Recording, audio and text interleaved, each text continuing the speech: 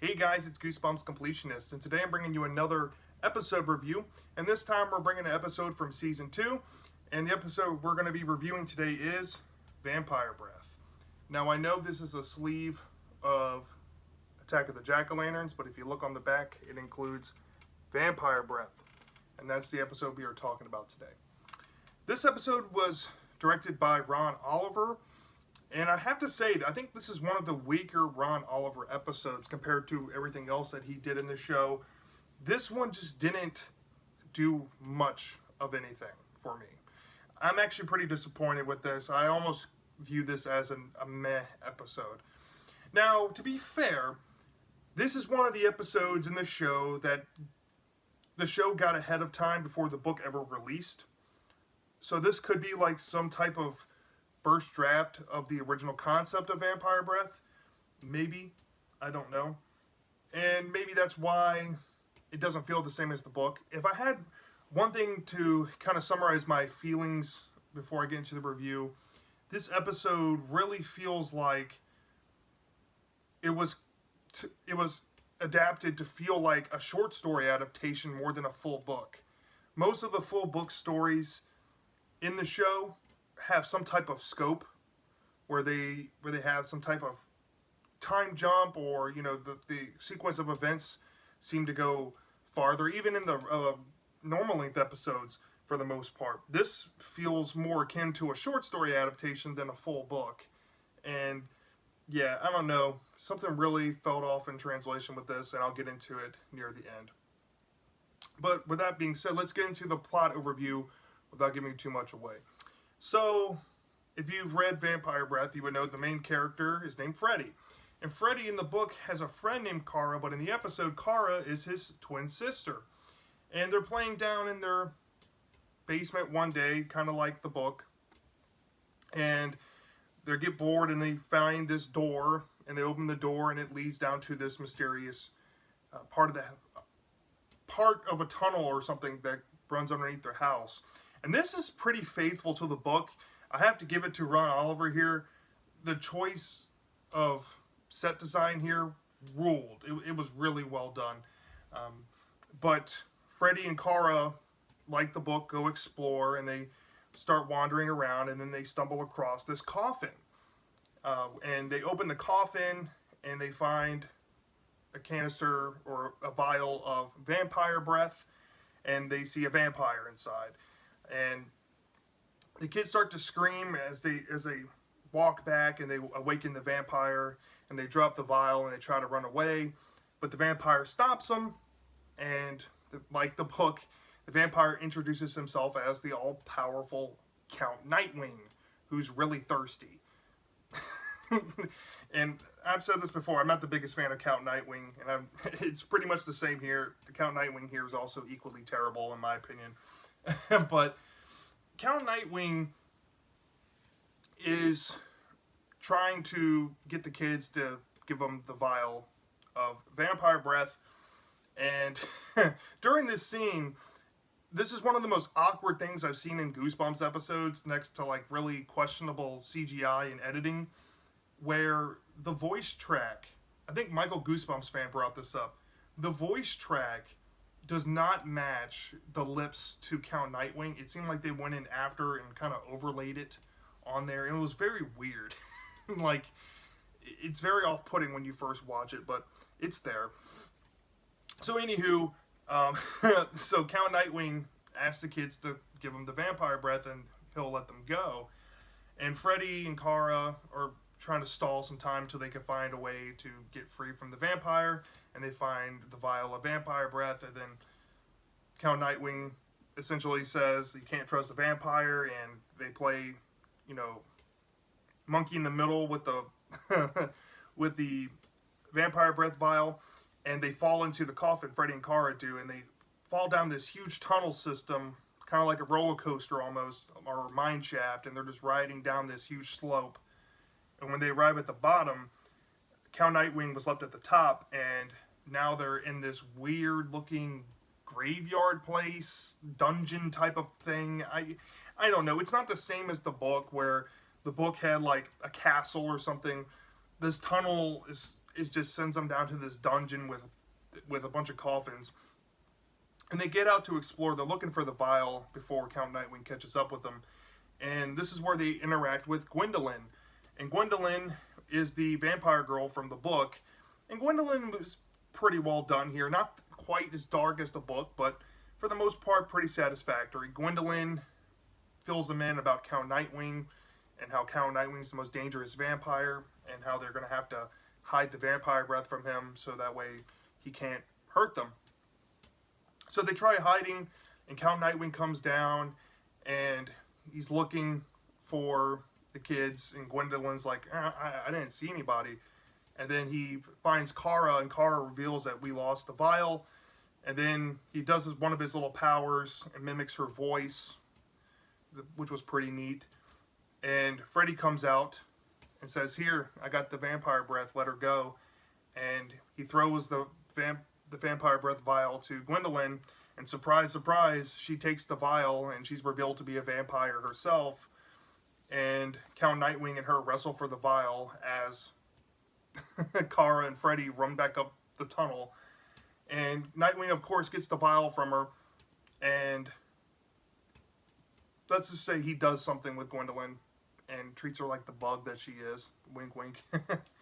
And then when the kids get up the tunnel, they make their way to the basement, and they're greeted with their parents. And coming up behind them is now a rejuvenated Count Nightwing, who throughout the story, kind of like the book, he's missing his teeth, so he can't really bite into the kids. So he needs his vampire breath to regain his memory. And once he regains his memory, he remembers exactly where he left his teeth. And he left it where it is present day in Freddy's basement. So when Count Nightwing comes through, it's big old plot twist. It's revealed that Count Nightwing and Freddy's mom are related. Count Nightwing is her father, and it's essentially revealed that Freddy and Kara are vampires. Similar to the book, but there you go. Since they're twins in this version, they both are vampires, and it's dawning on to their 13th birthday, which isn't really elaborated on that much in the episode, but it's kind of touched on in the end there. And Freddy and Kara grow fangs. And now that Count Nightwing has his teeth back, now there's a family full of vampires. The ending is about as cheesy as Goosebumps ever got. And it leaves on a kid-friendly, cheesy ending. And that's essentially the episode of Vampire Breath. Alright, so let's start off with the positives here. There's not much, but I can kind of run through some. My biggest positive I have with this is the set design was great on this episode. I really have nothing to complain. They did what they could with the budget. Like I brought up, it's not quite like the book, and I'll get into that when I do my book versus episode thing after this.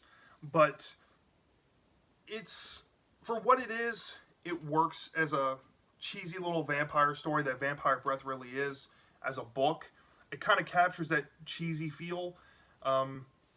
Maybe went a little bit too overboard at the end, too cliche and cheesy for my taste, but for the most part, it kept that spirit alive with that atmosphere, especially the dungeon part of the episode and the tunnel system underneath Freddy and Kara's house was really well done. The costumes were pretty neat, pretty cliche. The acting was passable. For the most part, kind of faithful to the story, I would say. But my negatives here, kind of tying it back to into the beginning of the video where I said, this episode feels like a condensed version of the book, but it feels so condensed, it feels like a short story adaptation. It's very bizarre, and the episode lacks scope. So in the episode, it's more of like a dungeon crawler type of atmosphere instead of a time travel, get to experience a castle like the book was. And the episode is just, they fall down a dungeon and they come across this weird catacomby grave vampire hangout spot. It's not the same, all right? It feels very small in its scope. It feels very basic and as a result, it comes off unremarkable, and it comes off kind of forgettable at the same time. And I have to say, some of the editing, like the voiceover work they did in that one scene where his lips weren't matching with the loudness of the voice, that was clear. It was pretty cringe, if I'm not gonna lie. The guy who plays Count Nightwing, no offense to him, but he did not improve Count Nightwing whatsoever from the book. And that was the one thing I was looking forward to the most, is if Count Nightwing was going to be improved. And I'm guessing he can only work with what the character can actually provide, but Count Nightwing still just didn't do anything for me. Gwyndolin felt nerfed. She was a lot darker feeling in the book, I would say. And like I said, I'm kind of getting into stuff that I'm going to get into the book versus episode video. But I do have a complaint with Gwyndolin. I have a complaint with Count Nightwing. The Freddy and Kara change really doesn't add anything to their dynamic. I thought that them being siblings might elevate the experience of the two, but it's, of course, cheapened by the end because they can't keep the same twist, essentially, and they turn up the cheese at the very end. And now we're getting into the actual ending of the episode. The episode is incredibly cheesy, especially for Goosebumps standards. I know how cheesy the show can be. Like, Awesome Ants has a little bit of cheese, but they use that cheese in a smart way there. In this, they end it on it's not even a cute kind of cheese. It's just cheesy for the sake of being cheesy. And maybe that's Ron Oliver's flair there. I think he does have a little bit of a cheesy flair, and that can work from here or there in some episodes. But in this specific episode, I just felt like that felt tremendously flat for me. So yeah, so let's get into the rating of this episode. When it comes to a 0 to 5 star rating for Vampire Breath, since Count Nightwing was the biggest detriment to the book for me, and since he wasn't improved, I'm going to deduct the same amount of points I did for in the book to the episode. I'm going to deduct 0.9 off for Count Nightwing. No improvement there for the character for me. Now we're down to a 4.1. The nerfing of Gwyndolin really bugged me a little bit. They got rid of one of my favorite scenes in the book, and arguably my favorite concept of the book, which was time travel and getting to experience a vampire castle and getting to immerse in that atmosphere. In the episode, it's more of a dungeon crawler thing, but I'm going to get into that in just a sec. But Gwendolin's role in the vampire castle in the book felt a little more darker, and she felt a lot more nerfed here, even though the payoff with her is slightly better with what Count Nightwing does to her. So in that regard, it's kind of a give and take. So I deducted 0.3 off for her. So now we're down to 3.8. And then for how condensed this episode feels, I deducted another 0.3 off. Just because it feels very small. It doesn't have that basic level scope that the other full-length book adaptations even do in normal length episodes. It just felt like a short story adaptation more than a full book adaptation. I felt like there was a lot more stuff in the book they could have done, but like I said earlier as well, this was probably given in advance before the book was ever released, so for that I can kind of let it a little bit slide there and be more lenient. And then for the very ending of the episode, the very ending really bugs me because of how cheesy it is. And like I said, I appreciate a cheesy Goosebumps episode here and there, especially when it appeals to me.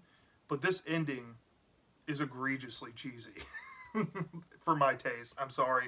I can put up with a lot in the show, but I'm putting my foot down with this with this ending. It's just cheesy for the sake of being cheesy. So I deducted another 0.3 off. So we're down to a 3.2 out of 5. This is an okay, passable episode. It's not good. It's not bad. I would call it more meh. And I would honestly say it's definitely in the top 5 most forgettable episodes of the show. Like when I'm thinking about the TV show and I'm scrolling through the episodes on Netflix or looking through like a Wikipedia database, I tend to forget that they made a Vampire Breath episode. Same thing with like Barking Ghosts and Teacher's Pet. For some reason, I forget these episodes exist.